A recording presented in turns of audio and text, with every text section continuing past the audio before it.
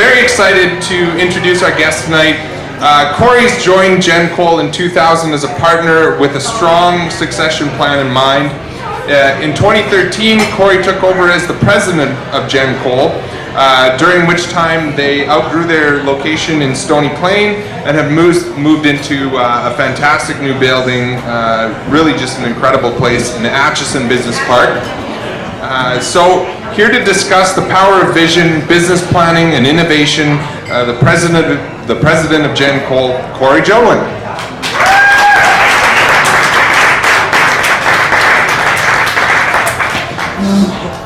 Yeah, you gotta be talking about someone else there. So thanks so much for coming on. This is excellent. I guess what we'll do is we'll just talk a little bit about, maybe tell us about Gen Cole, how it got started, what was the process there? So I'm the second generation leader in a business. My mom and dad started the business in 1978. It really started out of necessity. My dad had worked doing concrete forming for another company, and things hadn't really worked out. And he played for the Stony Plain Outlaws, a bunch of different things. He was good friends with Gerald Gitzel, who we bought milk from, who lived just down the road from us. My dad on a Sunday night went there and was buying milk, and he's telling Gerald that he's going up to Fort McMurray to work. Gerald said, "Who's going to build my house? What are you talking about?" And the next morning at 7 o'clock, after Gerald finished milking cows, my dad was sitting there and drawing up the buildings for his new house that's still there, actually. So that's how Gen Cole started, local connection. Yeah, that's a very Alberta start to a business right there, yeah. So how did you get involved? Where did you come in? Was it the plan to come in all along? I always knew what I wanted to do. From a very early age, I grew up in an entrepreneurial family. Probably from about grade 7 on, I really knew that I wanted to be in construction. And I didn't really realize till later on in life that it was construction that I love, although I am passionate about it. It's the business end of it that I really, really like. But yeah, you know what? Worked every summer, choice or no choice, but I chose to love it. Yeah. And went through the field, apprenticed, came into the office and stuff like that. And it was just, for me and for my choice, it was perfect. Yeah.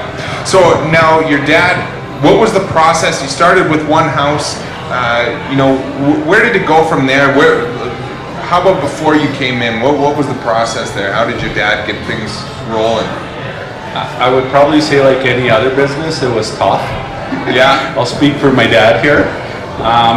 You know what? We started off probably like any other business. You work for family, you work for friends. That only carries you so long before they're out of money.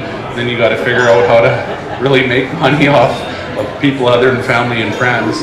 And my mom and dad, so I might say my dad more often than my mom, but that was a partnership. This is a commitment for both of them. They're both equally invested in it. They just really wanted to be in control of their own destiny and be able to do the things that they wanted to do. So it's probably like any other business out there. There's a number of incidences that go on through life, through haphazard or different situations that if your eyes are open and you recognize it, that lead you to a different spot. My brother fell off the bleachers in Wabamun, fractured his skull, was really hurt, spent about 4 months in the hospital. But his brain surgeon was Dr. Reddington, and Dr. Reddington had this idea of operating medical clinics. And that's kind of how we started in the commercial end. So Medi-centers that you see today, we built those all across Western Canada, and it was this superbly fantastic brain surgeon who saved my brother's life. My brother lived, but it was, kind of through this leads to that, leads to a business opportunity. Yeah. And you know, and I would say the other part to it is my dad was tired of chasing private money. When you're doing work for private individuals, it don't matter how hard you try, sometimes you don't always get paid. And he said, if we're going to do a really good job and we're going to focus on quality and I'm going to be 100% committed, I want to be 100% paid. None of this partial pay thing. So really, we really, you know, in the early stages going through that, really focused on doing commercial work for municipal and government entities. Yeah. So it sounds like your dad was a very hard worker, kind of had the rural background came up, hard work was the way that you got it done. You know, one thing that I think is always interesting is that, you know, hard work plays a massive aspect in starting a business. I mean, you know, when you start a business, a lot of it is just around how much pain you can take until the wheel starts to turn, right? You know, but to scale a business, sometimes in this case took a different person, but often takes a completely different mindset than just pushing the boulder up the hill every day and then, you know, going in and doing it over and over again. So how does your role in the company differ from, you know, that of your dad's, or how did you find that change? Yeah, that's a great question, actually, because my style of leadership, I don't think would have served our company well from a starting point. My dad owned tenacity. He owned commitment. He owned doing a lot of work for very little. And my mom involved in that. I keep saying my dad, but when I say my dad, that means my dad and mom. They really they put a lot of sweat equity in to start with. To the second part, I think to start a business, it really takes the drive of just head down, butt up. I usually use a different term to that, and just really putting the grind on to get it done, to make things happen. And then there's a point where you grow to a certain spot where doing more of the same doesn't really get you to where you want to go, and you've got to be very clear on your strategic direction, who you are, how you're operating, the culture you're going to operate, and executing upon it. So, me and my dad differ that way a little bit. But I think that's crucial. And you know what? Maybe at the point when your dad started, you wouldn't have been able to quite get to that point, right? But I mean, each person plays a different role within a company, and you know, often what it is you think, well, hard work and determination, you know, it is to a point. But then at some point, like you said, it starts to be, okay, where are we headed? Where are we going? Obviously now, since you've come on, Gen Cole has experienced some substantial growth in a lot of sectors, especially in commercial. What do you attribute, what are your strengths? What did you bring into the equation that you feel helped? So I'm probably a pretty visionary guy. My time frame on thinking is about 8 to 9 years out. There isn't many people that I've hired where I don't picture them retiring with me, and this could be a 15-year-old kid or a 17-year, well, not 15, but 19-year-old kid.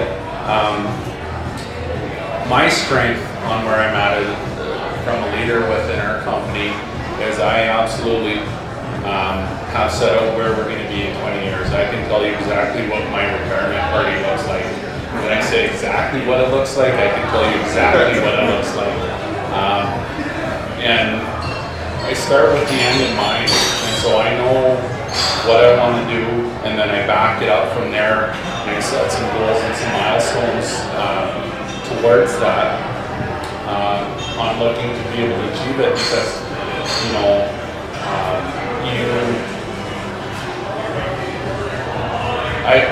I've seen what happens where if you just go in every day and you're going to do more of the same, it doesn't get you to where you want to go, and you sit there as a business owner and you sit and wonder, well, why am I not getting the results that I want, or why am I why is this why am I where I'm at today, but this is not where I envision to be? It's a choice. I choose to do it. I think mentally, and I know this is true for myself, and so I'm sure that it's true for others, but when I started out in business, I started out to make a living for myself, right? To provide for my family through my own work and effort, right? And I did that. But that business is not necessarily a scalable business, right? If I keep going down that path and I keep, I might be able to provide a slightly better living, but to think of building a large business takes stopping that mentality of just making a living for yourself and starting to look at how can we grow. So in your business, what did you do when the business was at that plateau point to push it to the next level? I think the biggest thing is just not being satisfied working for wages. I won't work for wages. There's too much risk in what we do. You look at the commitment and the effort you do, and if I look at the other people who have the opportunity to, and you have to be a business owner to really grasp this, the 8 to 5 or 7 to 4:30 or however you want to look at it, there's got to be a better return on it than just wages. Yeah. So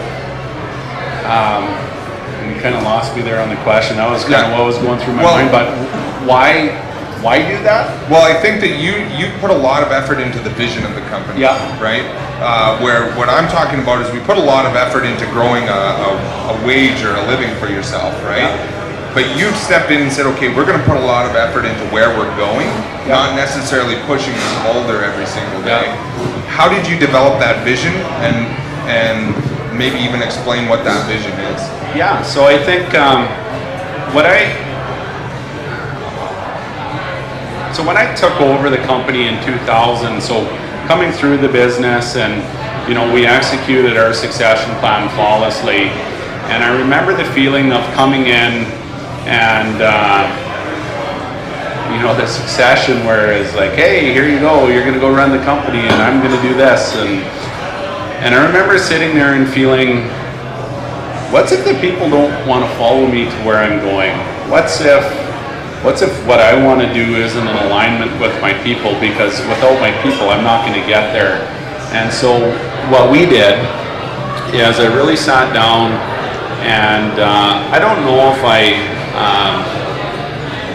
intuitively knew, but I intuitively knew what I would want if I was going to go and work for another company, because I've worked for other companies. It's not where I've only worked within a family business. I wanted people got to know why they're doing what they're doing, and it's got to be more than just money. They got to know who they are, who you are, what you believe in, how you operate, the values within the company, because you can have some awesome people that just don't align to who you are, and they're fantastic people, but they will flourish at another company, but it just is not working with you.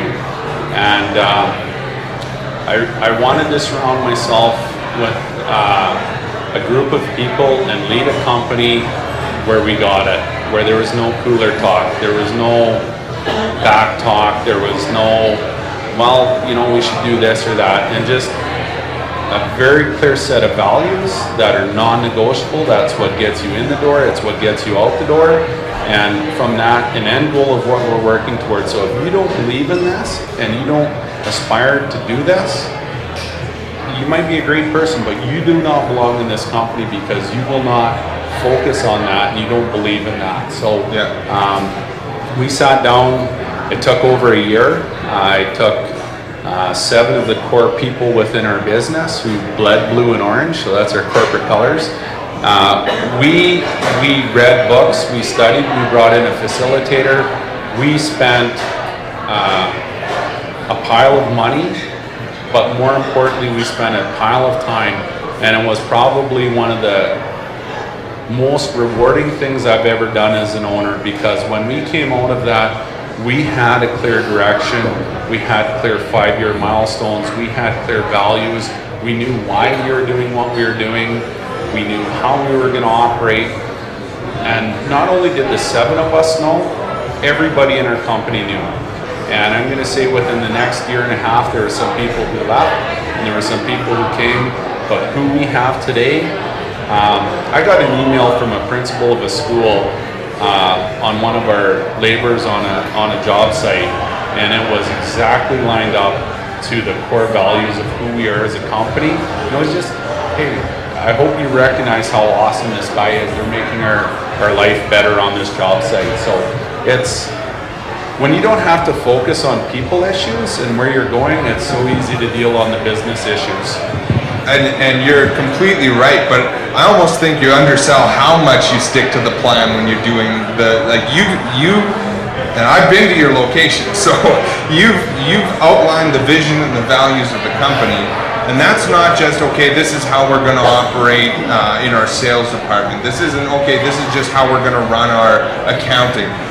Everything down to the building, the staff, the floor plan, everything that operates Gen Cole is exactly in line with that vision. Yep. You know, explain that again with you know, how was the building constructed to align with the vision, and how did you put that team together? You know what? That's probably one of the things. It's just non-negotiable, and it is so easy to do things that benefit you as a business owner. Well, this applies to me, but it really doesn't apply to other people, or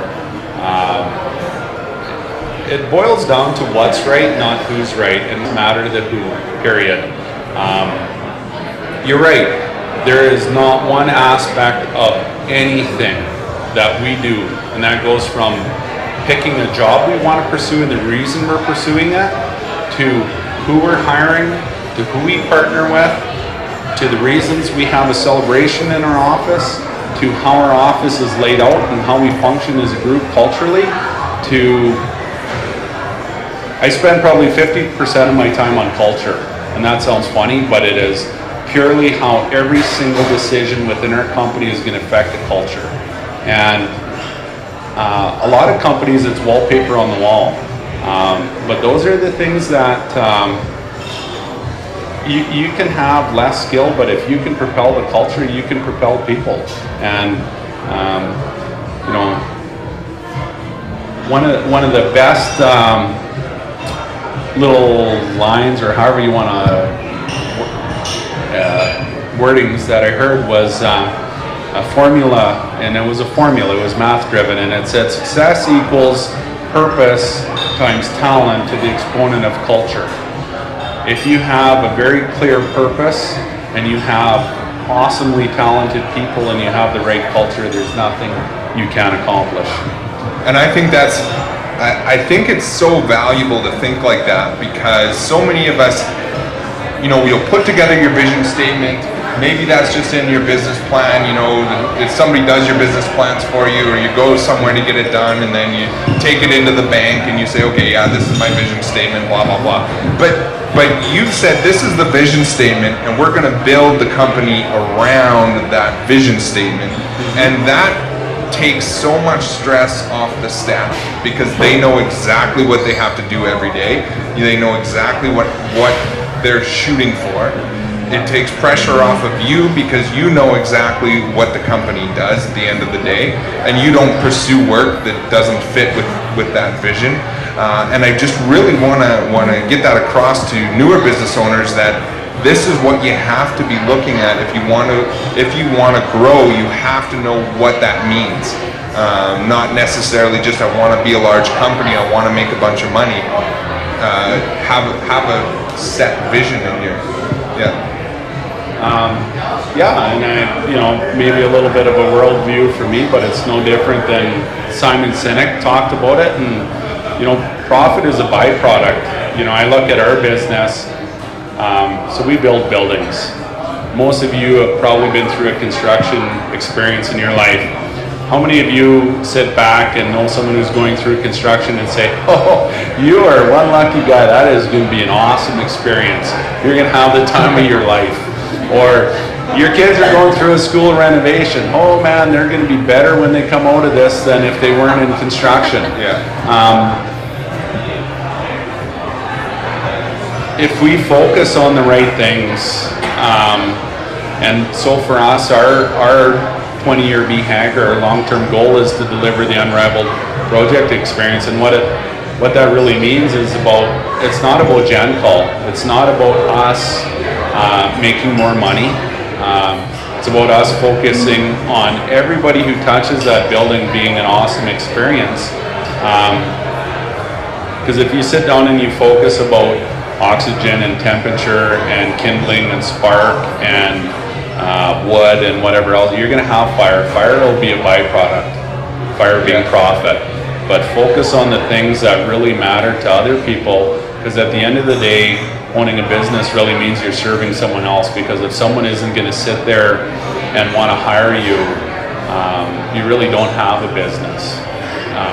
It's not about how owning a business has zero about you. It really has everything to do about understanding your client and really solving their problems. And if you can solve their problems, you'll have more work than you know what to do with. Now, when you talk about setting goals, I think every single person here has heard, yeah, set goals, set goals, set goals. But how do you keep on track with those type of things? I mean, you set a goal, and I think every company has set one at some point and said, this is what I want. But how do you keep on track? Do you celebrate along the way? I mean, what's the process there? So our process on how we've done it, and I'm not going to profess to be an expert on this, but we set our 20-year goal out. So deliver the unrivaled project experience. And we sat down and we set a 5-year milestone. So when we set these, we set and said, okay, what is the first step if this is the mountain we're going to climb, what is the first step we've got to do? What are the fundamental foundation blocks that we've got to set and have in place in order to be able to scale this? And so we sat down and we set 6 goals on it. Some of those goals, they surround all of that. So some of them are around talent development, talent retention, being able to have the work on hand to be able to support profit, to be able to feed this, right? Because it's not that we're all non-profits. We got to make money to keep the wheels turning. Giving your people the information that they need in order to make good decisions, so not everybody is knocking on my door. So we sat down and we set some very solid 5-year milestones. We broke that down into a 2 to 3 year strategy, 2 to 3 year strategy to a 1 year business plan, 1 year business plan into quarterly goals. And we sit down and we track towards it, and we're either on it or we're off it. And you know what? We weren't perfect. Some of those goals, what we pictured as a 5-year goal, man, they're probably, Kyla's smiling, but they're probably like 10-year goals, but we're going to try and do them in 7. They're not easy and they're not hard, because you have your business as usual you got to do, but then you're building a business on top of it. How are you going to scale your business while you develop the funds and the people and the infrastructure to be able to fund that growth? And do we have it figured out? No. Are we well on our way? I think so. But if you're not clear and you don't have the right people, you'll never achieve it. And it all starts with vision and your value set and your purpose, because otherwise you're so distracted about if I only had this. Well, if you don't have this, you're not clear on what you wanted, because you shouldn't have hired him or her or whatever. That person is detracting from your business and what you need to focus on. Yeah. Now, one thing that I have to talk about is the building that you actually have, because I've been in a lot of construction companies, but this one is very unique. From the second now you talk about culture, and not for a second do I not believe what you're saying, because when you walk into that building, the whole thing screams culture. Like every you have an open floor plan. You have maybe I'll let you talk about the building, how it's designed to facilitate the culture. We would have never built that building if we weren't clear on who we are and how we wanted to operate to begin with. That's first and foremost. So that building didn't happen by accident. That building was absolutely 100% intentional. There is not one aspect of anything within our building that I can't speak to, or anybody in our building can speak to, how it leads to the culture that we're looking to, or the milestones we're trying to drive. So one of our milestones is any data, any time to any person at any place. We were walking through the building, we were designing the building, and the architect looks at me and he goes, "So Cory, where do you want some tack boards?" And I looked at him and I said, "I don't want tack boards. There won't be a tack board in this building." He said, "What do you mean every building's got a tack board or something where you do something?" And I said, "No. Our milestone 5 years out is any data, anytime, any person, any place. It's electronic. Because if we put up a tack board, that means someone's got to be standing in front of a tack board to read something that someone's got to print. And when you're clear, going back from a vision and a milestone to what you're doing, and I smile when I say that, because 10 years ago we had had a lot of tack boards in that building. Yeah. But you changed that concept, and so when you know what to say no to, it makes it so much easier to know what that end result is going to be, and it's just quick decisions, right? Like tack boards, no, doesn't work.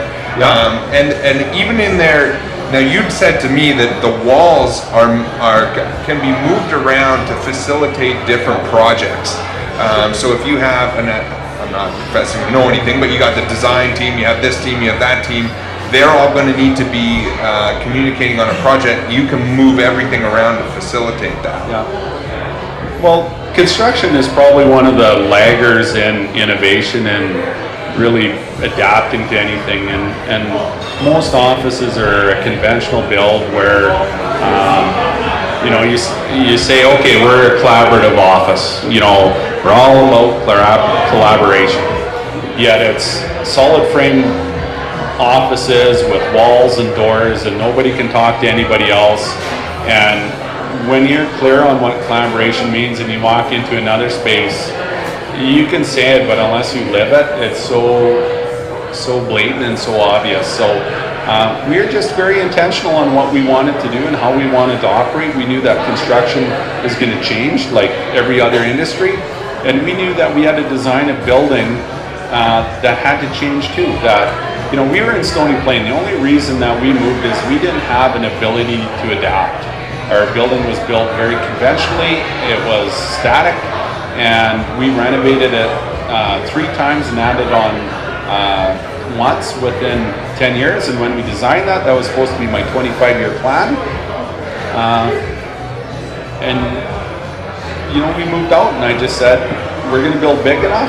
We're going to look at renting out, but we're going to be totally flexible, we're going to be nimble, we're going to be adaptable, and it's not going to be about trying to pound a square peg in a round hole. It's about we're going to be able to adapt to meet the client's needs, and if we need to function like we need to have an accountant with an estimator, with a project manager, with a project coordinator to deliver this job the best, that's how we're going to function. It's not, accounting's up here and estimating's down here and project management's over here. Doesn't matter how you're siloed leads to huck it and chuck it over the fence for the next person to catch it, who has no concept of what's going on. Yeah, I think it's excellent. I'm not going to put your feet to fire, but I think you should do a chamber tour one day. People should be able to come out and see the location. It's awesome. It really is. It's really cool. Yeah, they like that idea. So what we're going to do now is we'll move into some of the rapid fire questions. Okay. So first off, what was the best financial decision you ever made? Decision or advice? Well, best financial advice you ever received. My grandpa, marry a good woman and you'll have 50% return on your money daily. That is excellent. That's excellent. Business owners would see more success if they did this more. hired a coach. An Olympic athlete has a mental coach, a physical coach, a strength coach, a nutrition coach, and they're the best in the world at what they do. Yet as business owners, we sit back and we think we're going to figure it out on ourselves. Get some professional advice to see what you're not seeing and listen to it. Yeah, and I'd say probably more important than that is to become a better student, right? Yep. Learn to listen, learn to take advice, which business owners, we're not notoriously well known for. We like to figure it out the hard way. We take the painful approach. Yeah. What is one book you recommend everyone read? I got into reading probably about 5 years ago. Wasn't a big reader before that. Probably the book that made me go was Jim Collins' Good to Great. Excellent. Good starting point. What about that book? Why that book? It was factual based. It was based on, it wasn't just mumbo jumbo on someone's opinion, which although it might be good if you don't look at it, this was statistically based factual proof of companies who have absolutely outperformed other companies consistently, and it's a recipe. Follow it, and if you want good chocolate chip cookies, follow my grandma's recipe. Yeah. It's a good recipe. So what is one piece of advice you'd give to your 30-year-old self? Focus on my family more. That would be it. You can think that it's easy to get caught up in business life. It's easy to think it's the be-all, end-all, but really at the end of the day, it's your wife, your kids, and having a balance between both. I think that's incredibly important, right? I think that a lot of us lose sight and don't realize that business is just a game. It's just at the end of the day, it's just a thing you do, and then you go home. But family is always going to be, it should be your primary. Yeah, it's what you do, not who you are. Yeah. So if you could start all over again, money was no object, but you couldn't be in the construction industry, what would you do? If I had to start all over again, married with kids? Sure.